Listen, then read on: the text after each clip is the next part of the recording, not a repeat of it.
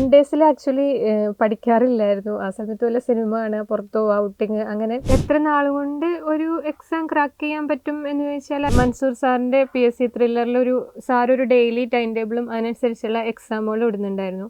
അപ്പോൾ അത് കറക്റ്റായിട്ട് അത് ഫോളോ ചെയ്യുന്നുണ്ടായിരുന്നു. ആദ്യമായിട്ട് എഴുതാൻ പോകുന്ന ഒരാളെന്ന് പറഞ്ഞാൽ ഞാനും അങ്ങനെ തന്നെയായിരുന്നു.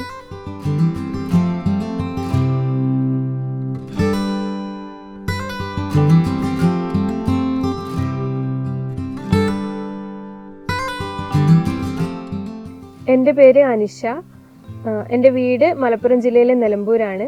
കഴിഞ്ഞ LDC എക്സാമിന് തിരുവനന്തപുരം ജില്ലയിലെ 2ാം റാങ്ക് എനിക്കായിരുന്നു.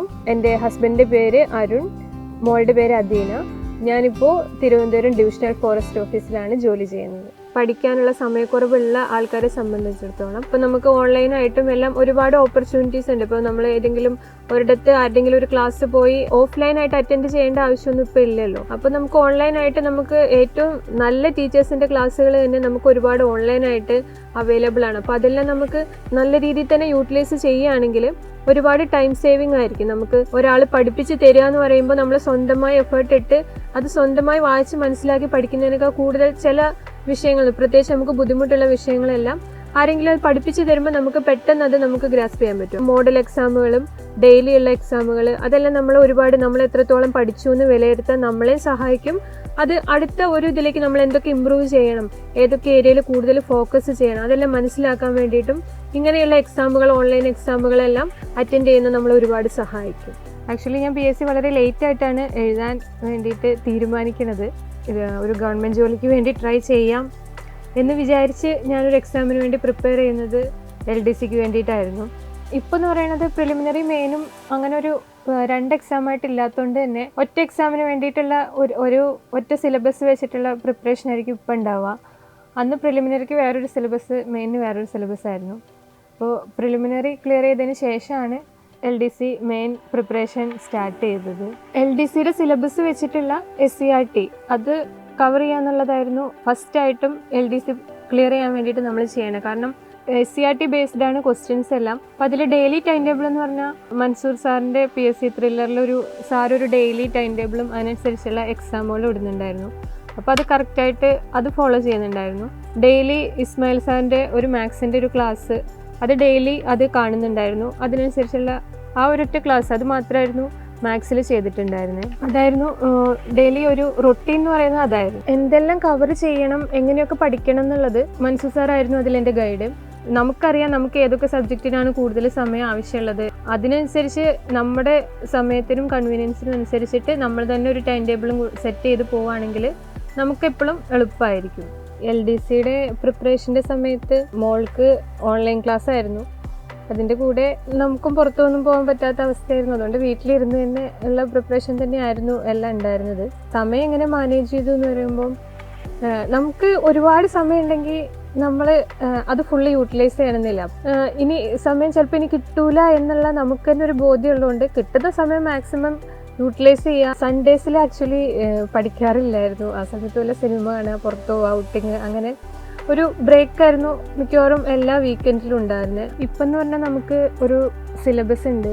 അതിൻ്റെ പുറത്തുനിന്ന് നമുക്ക് ക്വസ്റ്റ്യൻസ് വരുന്നത് വളരെ കുറവാണ്. അതുകൊണ്ട് തന്നെ പണ്ടത്തെ പോലെ നമുക്കൊരു പാരാവാരം പോലെ ഇങ്ങനെ പഠിച്ച് കാട് കയറി അങ്ങനെ പഠിക്കേണ്ട ഒരു ആവശ്യമില്ല.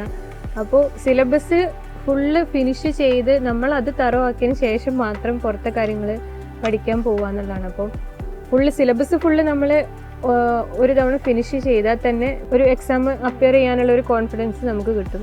എക്സാമിൻ്റെ ഡേറ്റിനെക്കാട്ടിലും അറ്റ്ലീസ്റ്റ് 1 മാസം മുമ്പെങ്കിലും സിലബസ് കംപ്ലീറ്റ് ചെയ്യണം, എന്നിട്ട് റിവിഷൻ ചെയ്യണം എന്നുള്ളൊരു രീതിയിലാണ് ഞാൻ സെറ്റ് ചെയ്തിട്ടുണ്ടായിരുന്നത്. പിന്നെ കൊറോണ കാരണം ഇടയ്ക്കിടയ്ക്ക് എക്സാം മാറ്റി വെച്ചതുകൊണ്ട് എനിക്കത് കുറച്ചും കൂടെ എളുപ്പമായി.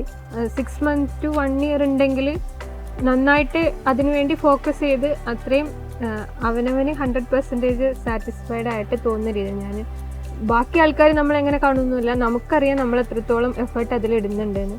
അപ്പോൾ നമ്മുടെ 100% ഇൻപുട്ട് നമ്മൾ അതിലിട്ട് നമ്മൾ പ്രിപ്പയർ ചെയ്യുകയാണെങ്കിൽ ഒരു 6 മാസം മുതൽ 1 വർഷത്തിൻ്റെ ഉള്ളിൽ എന്താണെങ്കിലും ക്രാക്ക് ചെയ്യാൻ പറ്റും. ആദ്യമായിട്ട് എഴുതാൻ പോകുന്ന ഒരാളെന്ന് പറഞ്ഞാൽ ഞാനും അങ്ങനെ തന്നെയായിരുന്നു. എൻ്റെ അമ്മ എൻ്റെ അടുത്ത് PSC എക്സാം എഴുതണം എന്നൊക്കെ പറഞ്ഞ് നിർബന്ധിച്ച് ഞാൻ മുമ്പ് അപ്ലൈ ചെയ്ത് ഏതോ 1-2 എണ്ണം വെറുതെ പോയി എഴുതിയിട്ടുണ്ടെന്നല്ലാതെ ശരിക്കും ഒരു എക്സാം എന്നുള്ള രീതിയിൽ ഞാനും ആദ്യമായിട്ട് പ്രിപ്പയർ ചെയ്ത് എഴുതിയൊരു എക്സാം തന്നെയായിരുന്നു LDC. നമുക്ക് ഉള്ള സിലബസ് SCERT ബേസ്ഡ് ആയിട്ട് നമ്മൾ ഫുള്ള് കവർ ചെയ്യണം. അപ്പോൾ ഡെയിലി ഇത്ര ടോപ്പിക്ക് നമ്മൾ പഠിച്ചിട്ട് അതിൻ്റെ എക്സാം നമുക്ക് അറ്റൻഡ് ചെയ്യാൻ പറ്റുന്നത്. അതുകൊണ്ടാണ് ഞാൻ മൻസൂർ സാറിൻ്റെ ഒരു സ്റ്റഡി പ്ലാൻ ഫോളോ ചെയ്തിരുന്നത്. അപ്പോൾ ഡെയിലി എത്ര പഠിക്കുന്നു അതിനെ നമുക്ക് അന്ന് തന്നെ ഇവാലുവേറ്റ് ചെയ്യാനും കൂടെ പറ്റും, അങ്ങനെ ഒരു എക്സാം, അങ്ങനെ ഒരു മെത്തേഡ് നമ്മൾ ഫോളോ ചെയ്യുകയാണെങ്കിൽ. അതുപോലെ തന്നെ ഞാൻ ചെയ്തിരുന്ന ഒരു കാര്യം, ഡെയിലി ഒരു റീസെൻ്റ് ആയിട്ടുള്ള എല്ലാ ക്വസ്റ്റ്യൻ പേപ്പേഴ്സും വർക്കൗട്ട് ചെയ്തിട്ടുണ്ടായിരുന്നു. അത് നമ്മൾ ചെയ്യുമ്പോൾ എന്ന് പറഞ്ഞാൽ നമ്മൾ കറക്റ്റായിട്ട് നെഗറ്റീവ് നമ്മൾ അറ്റൻഡ് ചെയ്തത് നമ്മൾ അതേപോലെ മാർക്ക് ചെയ്ത് അതിൽ ടോട്ടൽ മാർക്ക് കൂട്ടുമ്പം നമ്മൾ അതിന് മൈനസും കൂടെ കുറച്ച്, അങ്ങനെ റിയലി ഒരു എക്സാം നമ്മൾ എങ്ങനെ എഴുതുന്നോ അതേ രീതിയിൽ തന്നെ നമ്മൾ ആ എക്സാം ഡെയിലി അറ്റൻഡ് ചെയ്യുകയാണെങ്കിൽ മാത്രമേ നമുക്ക് നെഗറ്റീവ് മാർക്കുകൾ കുറയ്ക്കാൻ പറ്റുള്ളൂ. എനിക്ക് ഈ എക്സാമിൽ ഇത്രയും മാർക്ക് കിട്ടാൻ കാരണം തന്നെ എനിക്ക് നെഗറ്റീവ് മാർക്ക് വളരെ, എൻ്റെ ജീവിതത്തിലെ ഏറ്റവും കുറവ് നെഗറ്റീവ് മാർക്ക് വന്നൊരു എക്സാമായിരുന്നു അത്. ബുദ്ധിമുട്ടായിട്ടുള്ള സബ്ജക്റ്റ്, ഇപ്പോൾ ഞാൻ സയൻസ് വിഷയങ്ങൾ, ഞാൻ വിദ്യാഭ്യാസത്തിൻ്റെ ക്ലാസ്സുകൾ എനിക്ക് ബുദ്ധിമുട്ടുള്ള ഭാഗങ്ങൾ കണ്ടിട്ട് ഞാൻ SCERT കറസ്പോണ്ടിങ് ആയിട്ടുള്ള SCERT ഭാഗം ഞാൻ വായിച്ച് അത് മനസ്സിലാക്കി, അങ്ങനെയായിരുന്നു ഞാൻ പഠിച്ചിട്ടുണ്ടായിരുന്നത്. ഒരുപാട് വീട്ടമ്മമാരുണ്ടാവും, ഏജ് ഓവറിൻ്റെ വക്കിൽ നിൽക്കുന്ന, ഇനി ഒരു ചാൻസ് ഇല്ല, അങ്ങനെയുള്ള ടെൻഷനിൽ നിൽക്കുന്ന ഒരുപാട് പേരുണ്ടാവും. അപ്പോൾ ഞാനും ഇതേ സാഹചര്യങ്ങളിൽ കൂടെ തന്നെ കടന്നുപോയ ഒരാളാണ് ഞാൻ. അപ്പോൾ എനിക്ക് നിങ്ങളോട് പറയാനുള്ളത് എന്താ വെച്ചാൽ, നമ്മൾ അത്രയും അതിൻ്റെ മേളിൽ അങ്ങനെ പ്രഷർ ചെയ്യേണ്ട ഒരു ആവശ്യമില്ല.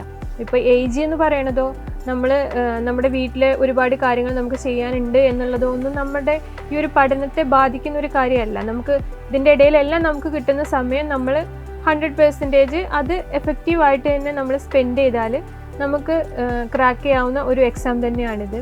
അപ്പോൾ എനിക്കെന്ന് പറഞ്ഞാൽ എൻ്റെ ഫാമിലിയുടെ സപ്പോർട്ട് വളരെയധികം എനിക്ക് എത്തിപ്പിടിക്കാൻ പറ്റി എന്നുള്ളതിൽ ഒരു ഫാക്റ്റ് തന്നെയായിരുന്നു. അപ്പോൾ പ്രിപ്പയർ ചെയ്യുന്ന ആൾക്കാരുടെ ഫാമിലി മെമ്പേഴ്സിനോടും എനിക്ക് പറയാനുള്ളത്, അവരുടെ സ്വപ്നങ്ങളിൽ അവരെത്താൻ വേണ്ടിയിട്ടുള്ള അവരുടെ പ്രയത്നത്തിൽ നിങ്ങൾ അവരുടെ കൂടെ നിൽക്കണം എന്നാണ് എനിക്ക് ആസ്പിരൻസിൻ്റെ ഫാമിലി മെമ്പേഴ്സിനോടും പറയാനുള്ളത്. ഈ ഒരു LDCക്ക് വേണ്ടി ഇപ്പോൾ പ്രിപ്പയർ ചെയ്തുകൊണ്ടിരിക്കുന്ന എല്ലാ ആൾക്കാർക്കും ഈ ഒരു എക്സാമോട് കൂടി തന്നെ നിങ്ങളുടെ എല്ലാ സ്വപ്നങ്ങളും പൂവണിഞ്ഞ് ഒരു സർക്കാർ ജോലി എന്ന നിങ്ങളുടെ സ്വപ്നം യാഥാർത്ഥ്യമാവട്ടെ എന്ന് ആശംസിക്കുന്നു.